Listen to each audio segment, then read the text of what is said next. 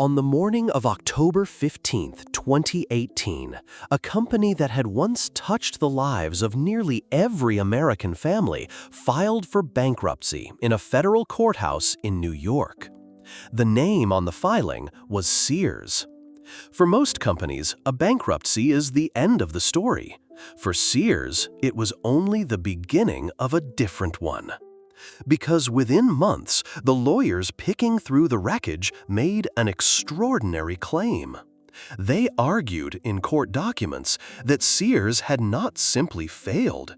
They alleged that more than $2 billion in assets had been moved out of the company, transferred, in their words, to its own chairman, his hedge fund, and a circle of insiders before the collapse. The man at the center of those allegations was Edward Lampert. He was a billionaire. He was a hedge fund manager, once celebrated as the next Warren Buffett. And for more than a decade, he was the chairman, the largest shareholder, and eventually the chief executive of Sears itself. Lampert rejected the accusations completely. He argued that he had done more than anyone alive to keep Sears breathing, that he had loaned the company billions of his own money while everyone else walked away. The dispute would take years to resolve, and the answer the courts produced was not a simple one. This is the story of how the company that invented modern American shopping, the company that sold houses by mail, put the Craftsman wrench in your father's garage and the Kenmore washer in your mother's kitchen, rose over a century, declined over a generation, and was finally taken apart in a way that still divides the people who watched it happen. Was Sears killed by Amazon and Walmart, or was it dismantled from the inside while it was still alive? The evidence, as you will see, tells a story more troubling than either answer alone. The story began, improbably, with a shipment of watches that nobody wanted.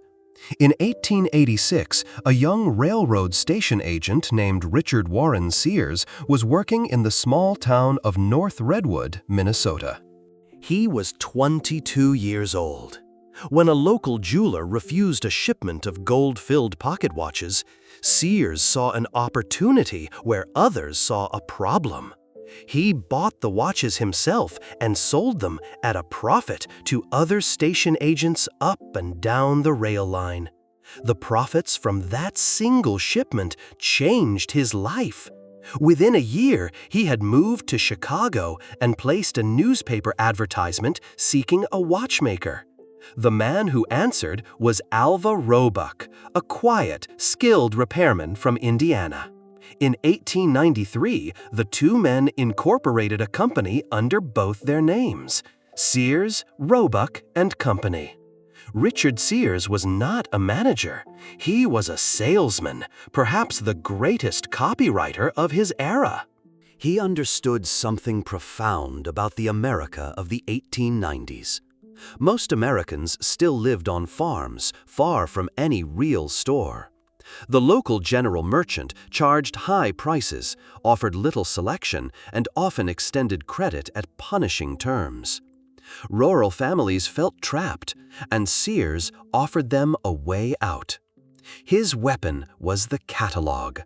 The Sears catalog grew from a pamphlet of watches and jewelry into a book of hundreds of pages that offered nearly everything a family could need: clothing, stoves, sewing machines, tools, furniture, patent medicines, even groceries.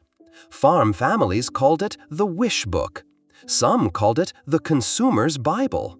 In homes with only two books, the joke went, one was the Bible and the other was the Sears catalog.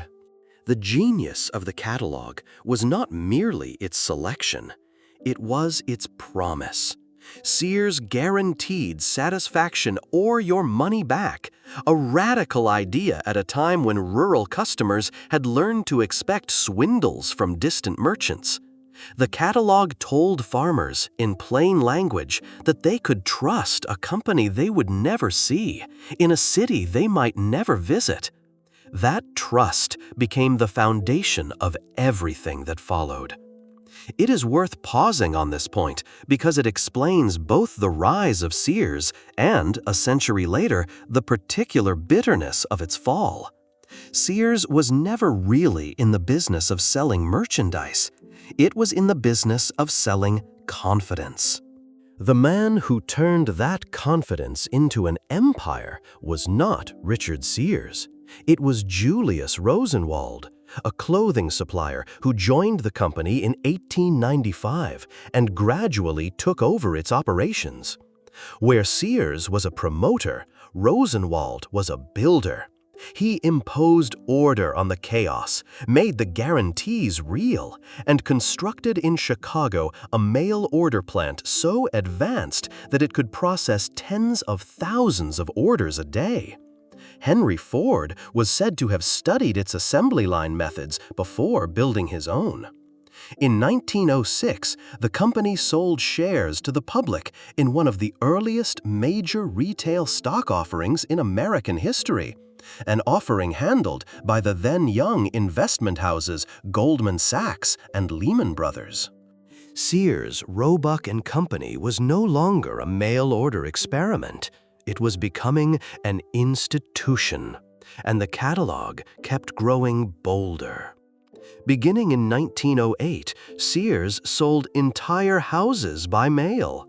A family could choose a design from the catalog, and Sears would ship the pre-cut lumber, the nails, the paint, the doorknobs, everything by rail car.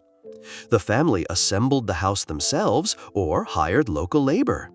Over roughly 3 decades, Sears sold an estimated 70,000 of these kit homes. Thousands of them are still standing today. In towns across the Midwest and the East Coast, their owners sometimes unaware that their home once arrived at a train depot in boxes. Think about what that means. Long before anyone spoke of e-commerce, Sears had built a business that took orders remotely, fulfilled them from a centralized warehouse, shipped them across a continent, and backed every sale with a guarantee. The company that did all this was, in every sense that matters, the Amazon of its day, except that it did it with paper, rail, and the postal service. By the 1920s, the country that Sears had been built to serve was disappearing. Americans were leaving the farm for the city, and the automobile was changing how they shopped. A company built on the mailbox had to learn to live on Main Street. Sears made the turn with remarkable speed. In 1925, it opened its first retail store in Chicago. Under the leadership of Robert Wood, a former Army general who had helped manage supply logistics for the Panama Canal, Sears placed its new stores not in crowded downtowns, but on the edges of cities, with something almost no one else offered: free parking. Wood had seen where the automobile was taking the country, and he put Sears directly in its path. Rosenwald's influence outlasted his tenure in another way.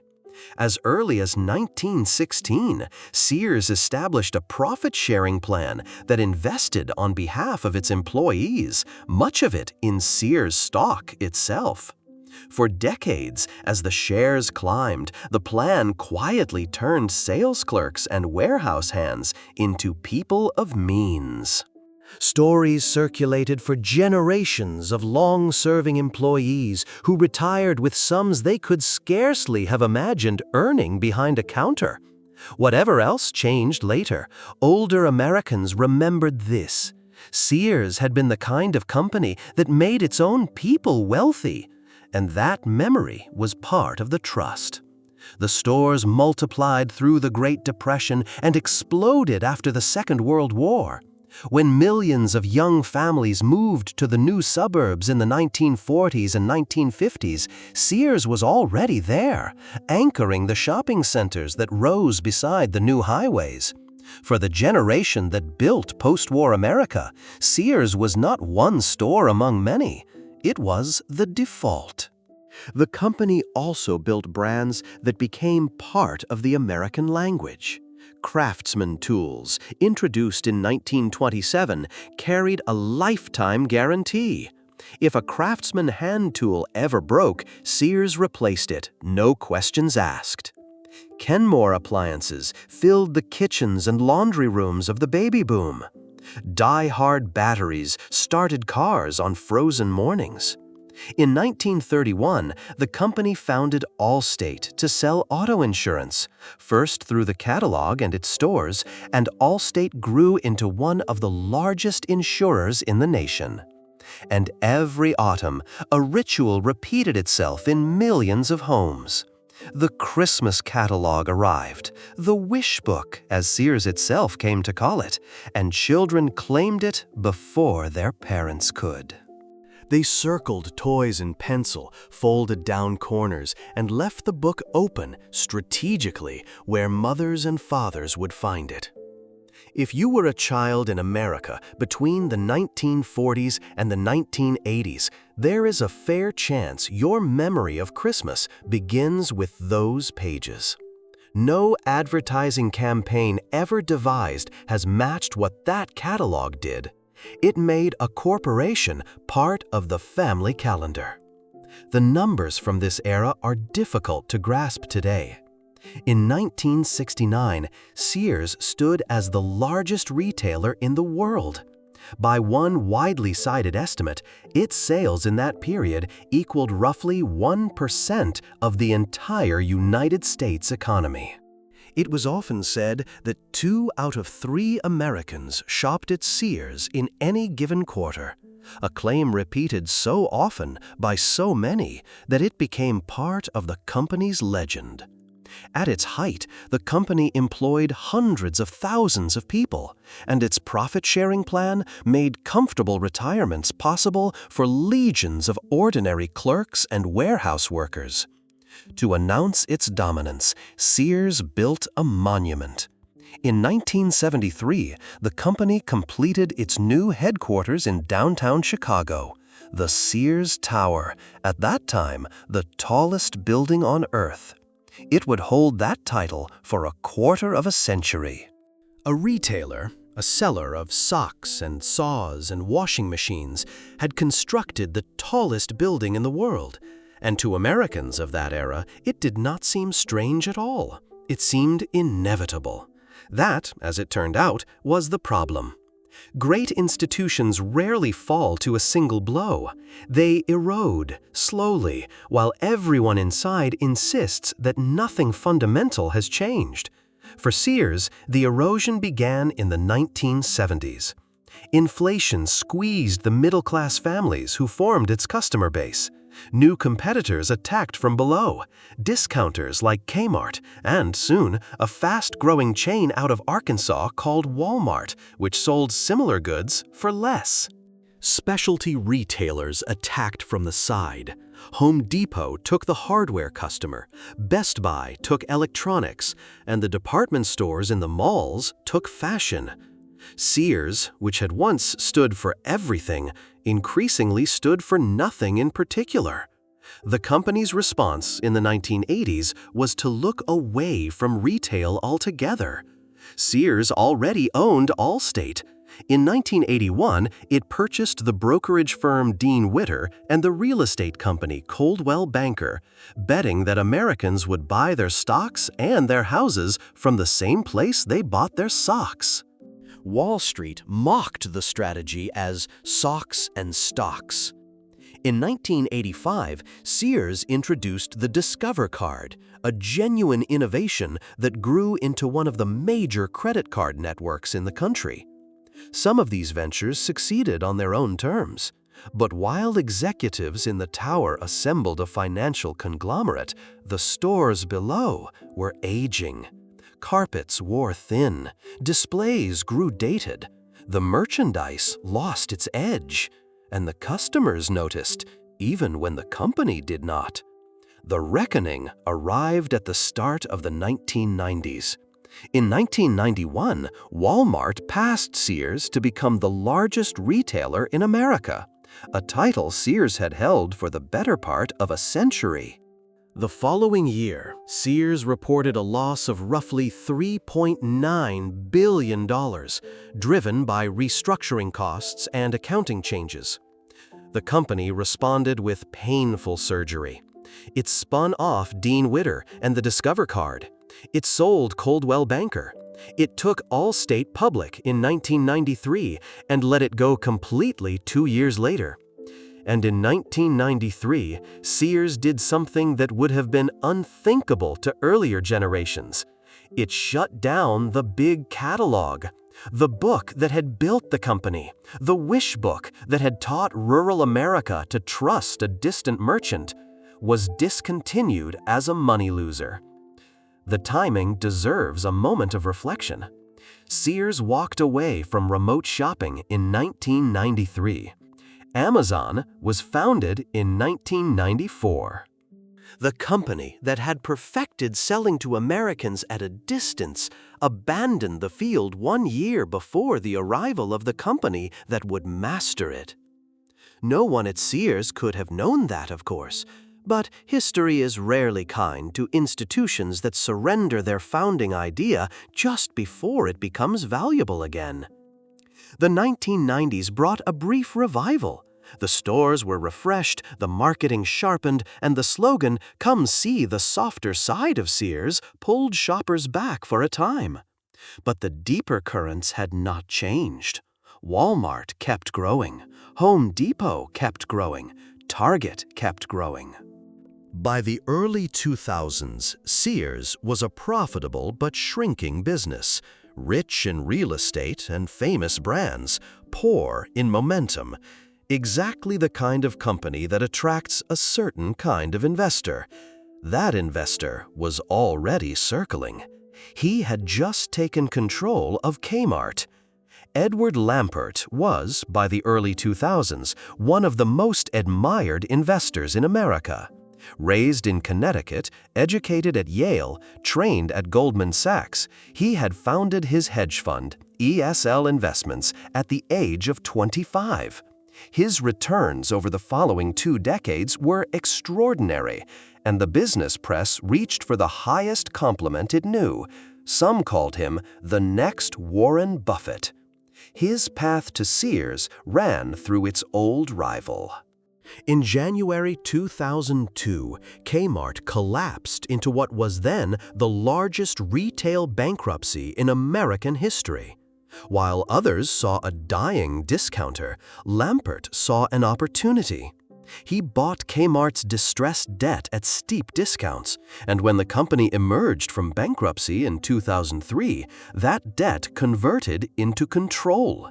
Lampert became Kmart's chairman, holding a dominant stake acquired for a fraction of what the company soon proved to be worth. What happened next made his reputation.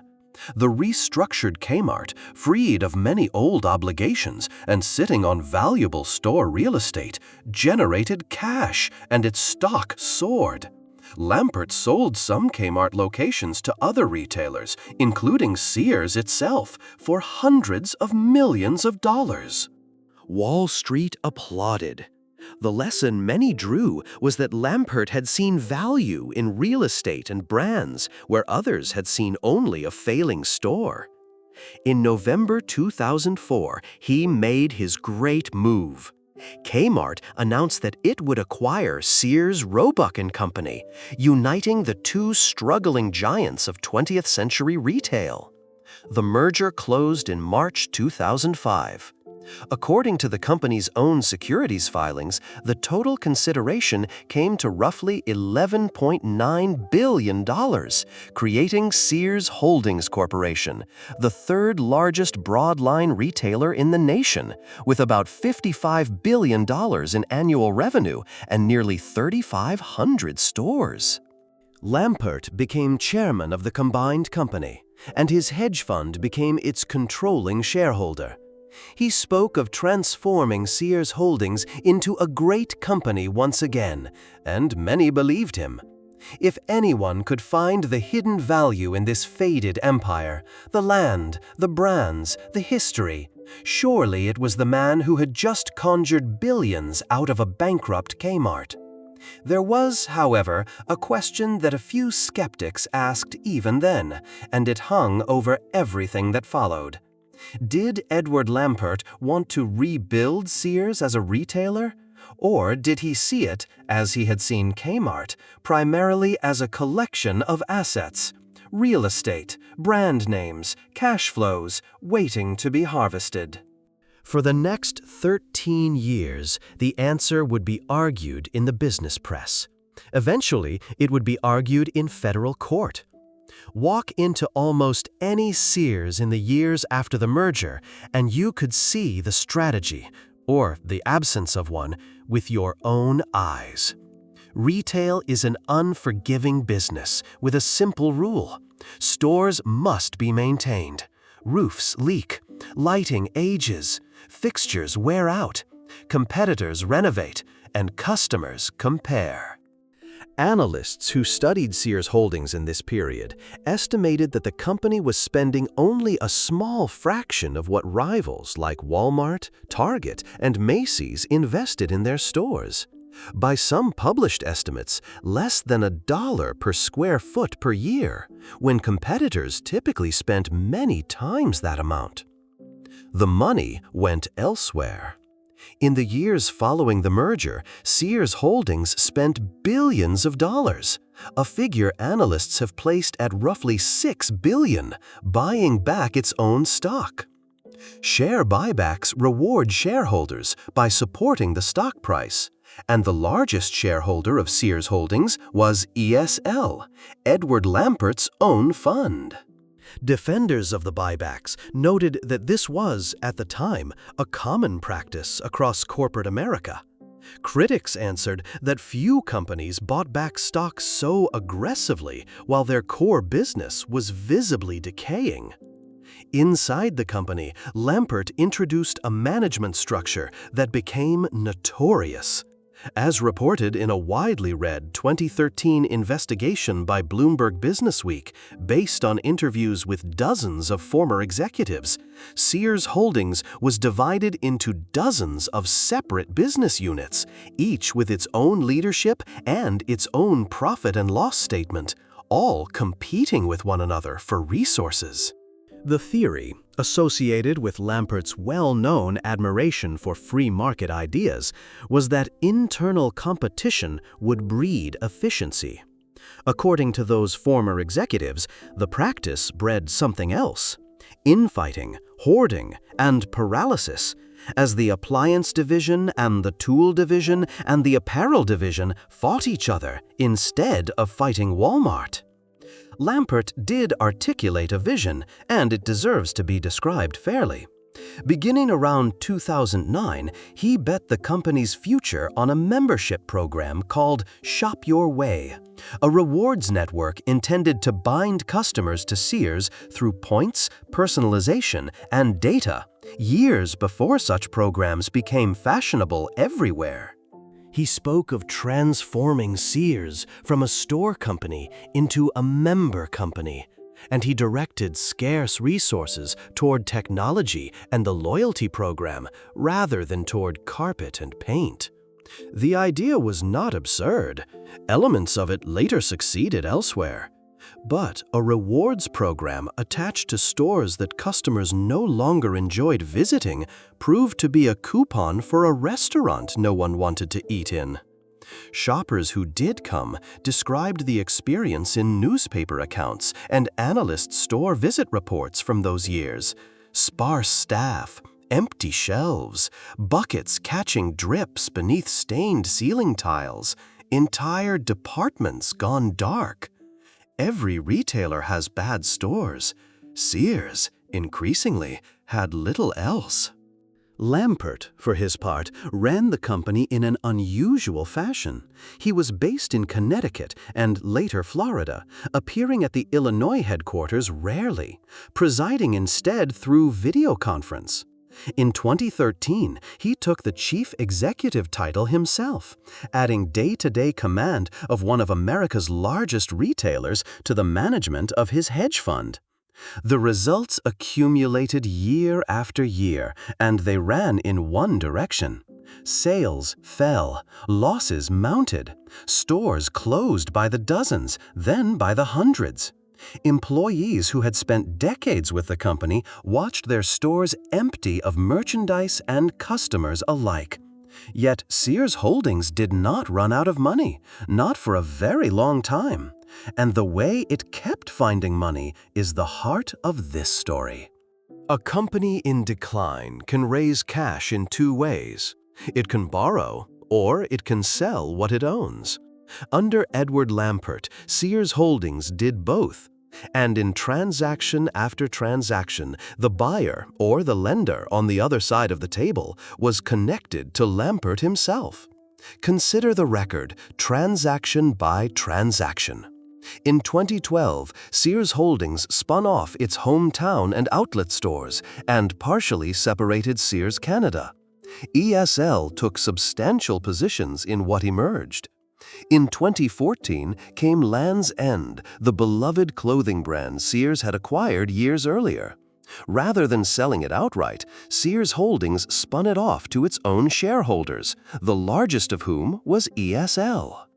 Court filings later alleged that an outside group, including the investment firm Leonard Green and the designer Tommy Hilfiger, had expressed willingness to pay as much as $1.6 billion for Land's End, and that this path was set aside in favor of the spin-off, which left Lampert's fund holding a major stake of a business the creditors valued at well over $1 billion. Lampert's side disputed that characterization, and the claim was never tested at trial. Then, in 2015, came the transaction at the center of everything: Seritage. Sears Holdings gathered 235 of its properties, many of them among its best locations, and sold them to a newly created real estate investment trust called Seritage Growth Properties for $2.7 billion. Sears then leased many of those same stores back, paying rent on buildings it had owned outright for decades. And who controlled the new landlord? Edward Lampert became Seritage's chairman, and ESL and allied investors held major interests in it. The logic offered at the time was straightforward. Sears needed cash to fund its turnaround, and its real estate was its most valuable possession. The logic offered by creditors years later was very different. In court, they alleged that the properties had been undervalued by at least $649 million and that the appraisals had relied on below-market rent assumptions that made the buildings look cheaper than they were. In plain terms, the accusation was this: the company sold its crown jewels at a discount to its own chairman. The cash from Seritage, all $2.7 billion of it, was consumed by the business in roughly a year.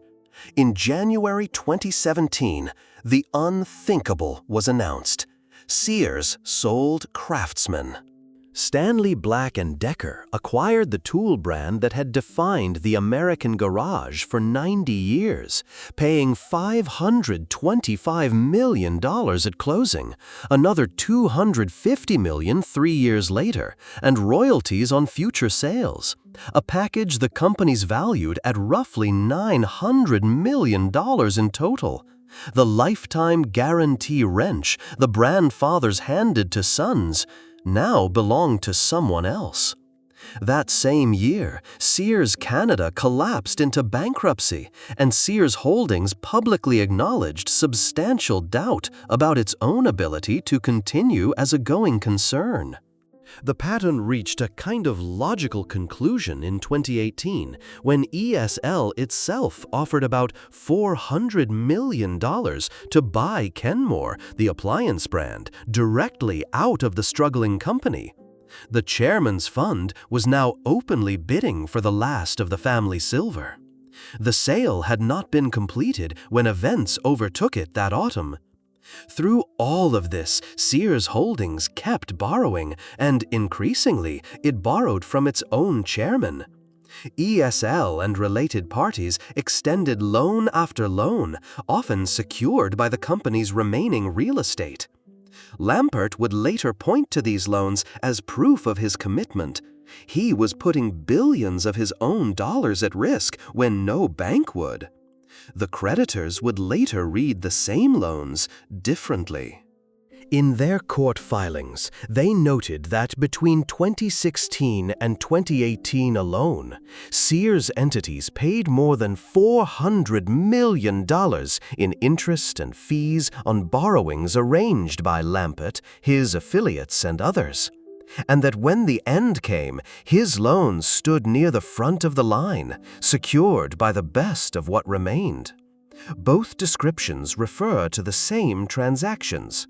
Whether they amounted to a rescue or a harvest is the question a court was eventually asked to decide. By the autumn of 2018, there was almost nothing left to sell. On October 15, 2018, Sears Holdings filed for Chapter 11 bankruptcy protection in the Southern District of New York. On the day of the filing, Lampert stepped down as chief executive, though he remained chairman for a few more months. The company that had once operated thousands of stores entered bankruptcy with only several hundred remaining, and announcements of further closings followed within hours. For the employees, the filing confirmed what they had watched for years. For hundreds of thousands of retirees, it raised a more frightening question: what would happen to their pensions? Sears had promised retirement benefits to generations of workers. In early 2019, the Federal Pension Benefit Guarantee Corporation, the government's pension insurer, assumed responsibility for the company's two pension plans, which covered roughly 90,000 people. The agency's guarantee protected most benefits, but the episode stood as a warning that would echo far beyond Sears. A private pension is only as strong as the company and the safety net behind it. Across the country, the closings followed a script that became numbingly familiar. The yellow and black "Everything must go" banners went up. The discounts deepened week by week, 10%, then 30%, then 70%, as liquidators sold down the inventory, then the fixtures, then the shelving itself. Long-time employees, some with 20 and 30 years of service, worked the final shifts of stores where they had spent their adult lives, answering questions from customers who came less to shop than to say goodbye. Local newspapers ran the same photograph in 100 cities: an empty anchor store at the end of a mall corridor, its sign removed, the outline of the letters SEAR still ghosted on the wall. Then came the auction for what remained of Sears itself, and the winning bidder was a familiar name. In February 2019, a new entity called Transform Holdco, created and controlled by Edward Lampert's ESL, purchased the surviving business out of bankruptcy for approximately $5.2 billion. The deal preserved roughly 425 stores and, at least for a time, some 45,000 jobs. Many creditors fought the sale bitterly, arguing that the man who had presided over the collapse should not be permitted to buy the remains. The bankruptcy court approved it anyway, concluding that Lampert's bid offered more than liquidation would. 2 months later, in April 2019, the gloves came off. Lawyers acting for the Sears estate and its creditors filed suit against Lampert, ESL, Seritage, and a group of former directors and officers. Among the named defendants was Stephen Muchin, Lampert's college roommate, a former ESL executive and longtime Sears board member, who by then was serving as Secretary of the Treasury of the United States. The complaint, running more than 100 pages, used language rarely seen in corporate litigation. It accused the defendants of asset stripping and self-dealing on a massive scale. It walked through the transactions we have already examined: Land's End, Seritage, the spin-offs, the insider loans, and alleged that, taken together, they had transferred more than $2 billion of value away from Sears and beyond the reach of its creditors, all while the company slid toward an insolvency that the insiders, the suit claimed, understood better than anyone. The defense was equally forceful. Lampert and ESL rejected the allegations outright, calling the claims baseless.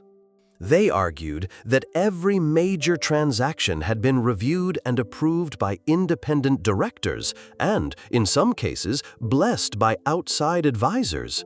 That shareholders other than ESL had been free to participate in the spin-offs and rights offerings on the same terms, and that far from draining Sears, Lampert had repeatedly risked his own fortune to fund it when no one else would. The collapse, in this telling, was the work of Amazon, Walmart, and a brutal decade for department stores everywhere, not of the one man who kept writing checks. 2 stories, 1 set of facts, and a courtroom in which, for once, the question would not be decided by press releases. The litigation ground on for more than 3 years through document discovery and mediation, while the empty shells of Sears stores were converted into gyms, warehouses, and medical offices across the country. Then, in August 2022, it ended, not with a verdict, but with a check.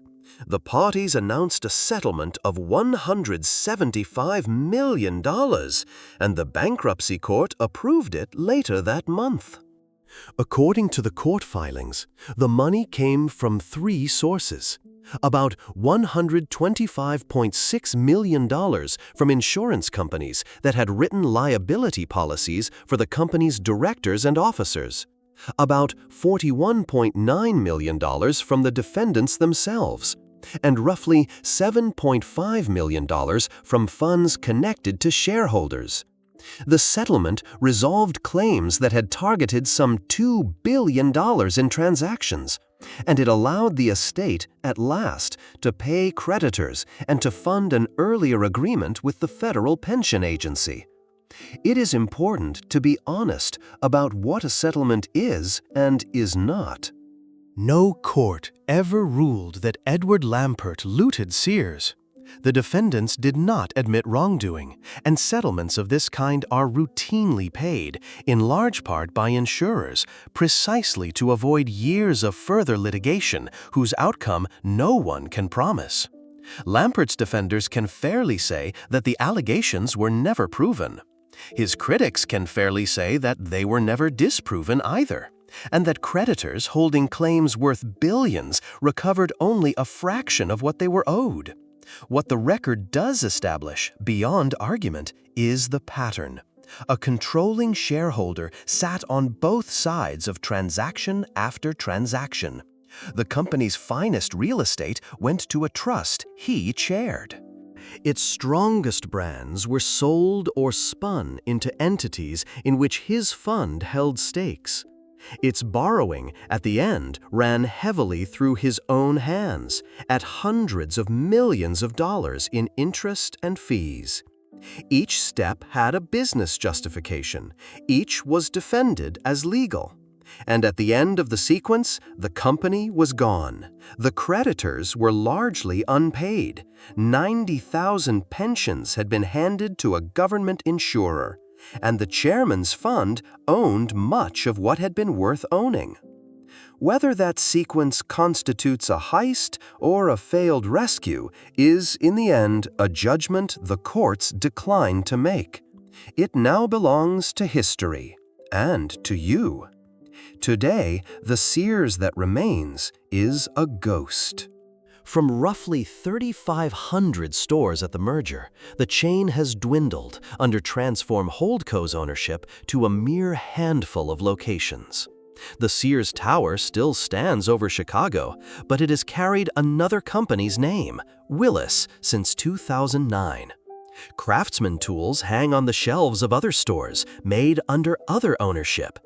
Die Hard, the battery brand, was sold by Lampert's Transformco to Advance Auto Parts in 2019 for about $200 million. Kenmore survives mostly as a licensed label. Allstate, Discover, Land's End, and Morgan Stanley's Dean Witter heritage all carry Sears DNA into a world where the parent has vanished, children thriving at the funeral of the family that raised them. It is tempting to file Sears away as another casualty of the internet, one more department store crushed by Amazon. But that explanation, comforting as it is, does not survive contact with the evidence. Other old-line retailers faced the same internet, the same Walmart, the same changing customer, and while many stumbled, they did not all disappear. Sears did not merely lose a fight with the future. For its final 13 years, its resources were governed by a single controlling investor whose fund stood on the other side of its most important transactions. However one judges his intentions, the structure itself, one man as chairman, chief executive, largest shareholder, landlord, and lender, concentrated every conflict of interest that corporate law was designed to police. For viewers of a certain age, this story is personal in a way the business press rarely acknowledges. If you grew up in post-war America, Sears was the backdrop of ordinary life. It was the catalog on the kitchen table in October, dog-eared by children planning their Christmas lists. It was the first washing machine your parents bought on credit, the tires before the summer road trip, the one suit for weddings and funerals. Institutions like that are not just companies. They are containers of trust, built up over generations, one kept promise at a time. And that is the lesson worth carrying out of this story. Trust of that kind takes a century to build and about a decade to spend. It can be spent honestly through neglect and bad strategy. It can be spent cynically through financial engineering that treats a living institution as a pile of parts.